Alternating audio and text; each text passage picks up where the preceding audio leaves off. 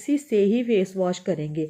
ये acne clear face wash है, उस पर मेंशन किया था ये हमारे पिंपल्स को, एक्नी को बिल्कुल ख़त्म कर देता है। और ये 100% जो है ना सच है, क्योंकि कुछ साल पहले मेरे फेस पर जो है ना एक्नीज और पिंपल्स हुए थे, इतने ज़्यादा हुए थे ना, ज़िंदगी में पहली बार वो मेरे एक्नीज बने थे।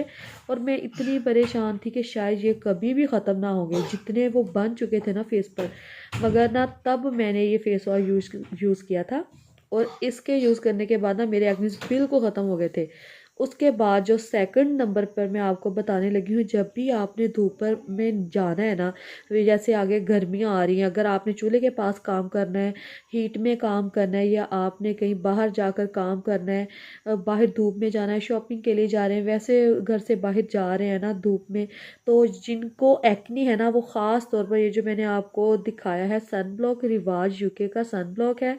बहुत ही कमाल का ये सन ब्लॉक है। आपने